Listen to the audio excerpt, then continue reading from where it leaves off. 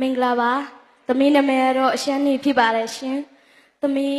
ကချင်းပြည်နယ်တီးတိမ်မြို့နယ်လိုက်လူကြီးရွာနေလာရောက်ရှင်ပြတာပါရှင်သမီးတီဆူစင်ပြမဲ့တခြင်းကတော့တီကောင်းကောင်းရေးစထားတဲ့သမီးရဲ့မေဆိုတဲ့တခြင်းဖြစ်ပါတယ်တီဆူကတော့အရိစမမင်းဖြစ်ပါတယ်ရှင်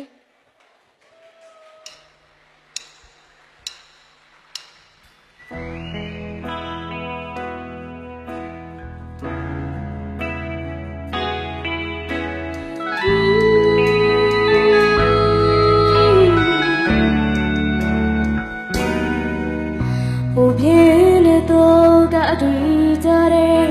သမီးရှိမှအပြုချင်နိုင်သူမေ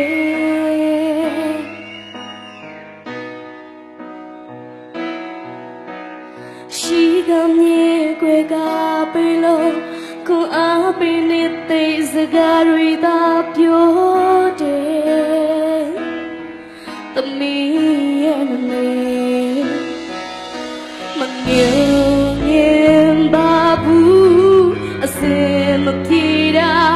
ရှိလေလေ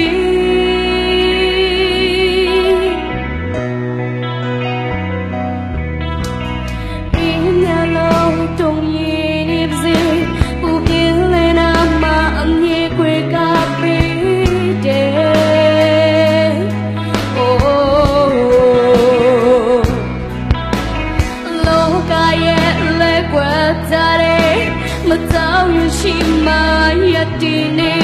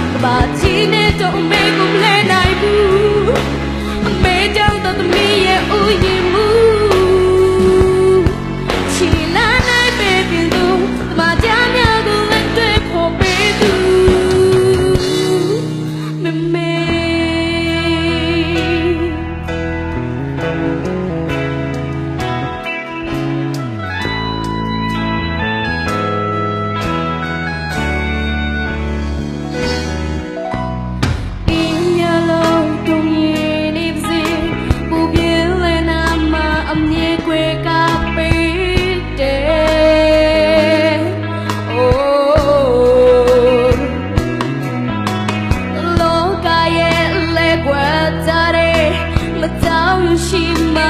ရတည်နေသောမေသမီးရဲ့မေလိုအင်းတွေလဲအစိမ်တီအောင်ဖြစ်စေပေး